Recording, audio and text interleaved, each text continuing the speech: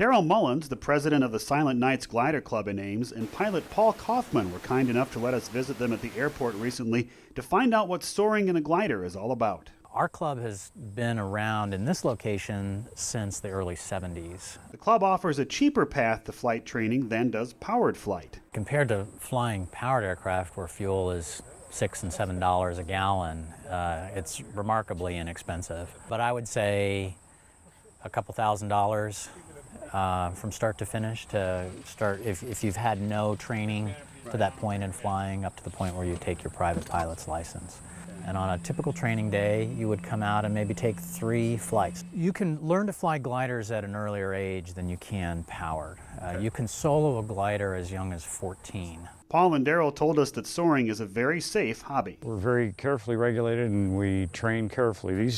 These gliders are all certified aircrafts. The structure of pilot training is as rigid and careful as any pilot training. Most students learn in the 2-seat machine we'd be flying in. Paul gave us a tour. This is an old German-built glider called a Schleicher K7. This particular one was built probably 64, 65 years ago. Common design, it's a 2-seat glider, tandem, and the wings are wood. The airframe is metal tubing with cloth on it.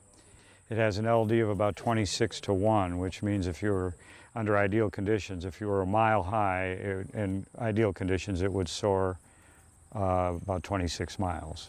Obviously, lacking an engine, gliders need a boost to get up in the air. Daryl would be hauling us into the sky. It has a small hook near the tail. I'm just going to hold a rope with about a 1,200-pound test strength to it. And that rope, that about 200-foot rope, will attach to the nose of the glider. My job is to climb as quickly and safely as I can and hopefully deposit the glider in lift. The glider pilot is really in charge during the ascent. Once the desired altitude is reached, the tow plane detaches and dives away.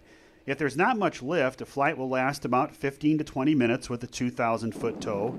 Higher dollar gliders can stay up longer, and the duration largely depends on weather conditions. If you want to stay up, you have to know something about the weather. Around Ames here, our main source of lift is convective lift, hot air coming off the ground. I've done a number of rides where I'll see a bird, and if it's not flapping its wings, then or it's turning and not flapping its wings, it's in lift. They get real close. They look up at you and, they give you that look that says amateurs. And then they're usually above us in no time. If I'm flying along and I see a husk of corn go by, I'm usually flying between, say, 40 and 50 miles an hour. So I'll have a chance to see something come by.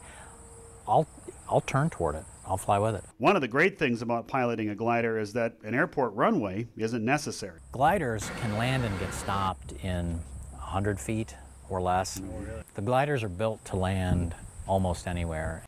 It's no big deal if you land off field.